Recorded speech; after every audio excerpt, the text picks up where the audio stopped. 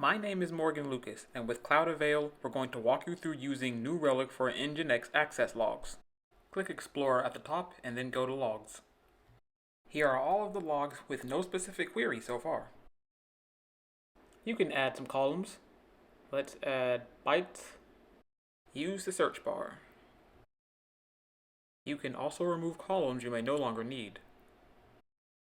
It's also possible to remove the graph if necessary, or bring it back. Okay, let's adjust the time to since 7 days ago so we can see even more logs.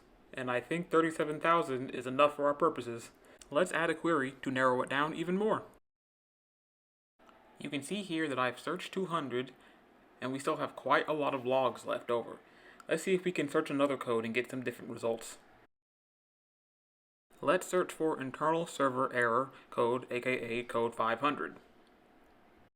So 500 appears both in the message and in the response code area. While not all 500 response codes returned to clients have been identified yet, we can narrow down our criteria by sticking double quotes around the word and number. So you know what you want to search, but you don't know the query syntax. What do? Check out what happens when we click a log. All of this information pops up. More information than what fits in the default view. You can select elements to add to the query, in this case 404. And there we go. Let's work on adding an exclusion now. The way to exclude is this. Stick a minus sign in front of the value that you do not want to show up in your results. We don't want results relating to this image. And you can do the same to exclude a response code. Check out the results, and remember that not all of the logs have loaded in.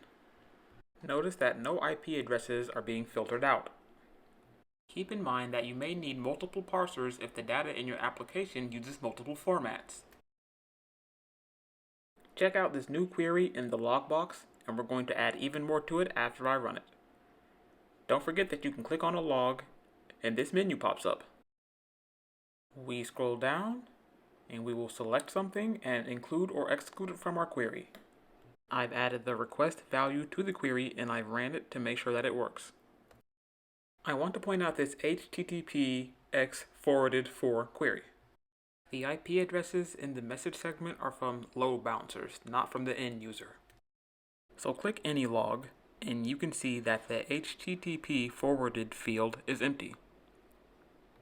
Since this header has no value, it means the request has originated from an AWS provided load balancer. Now we're going to use a query to look for logs that we know have an IP address in that header. Hold on. Getting the query right.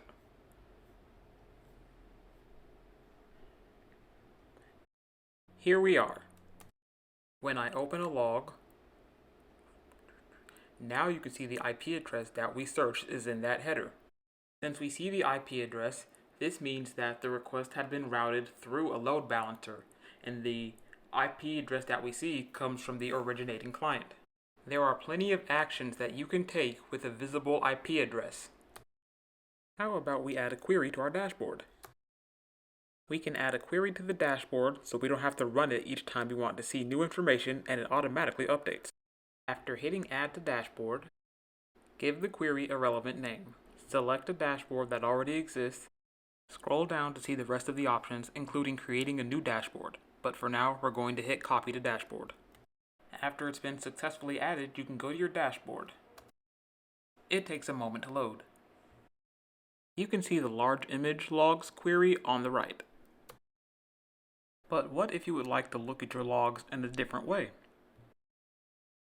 Click Dashboards, go to Browse Data, and click Events.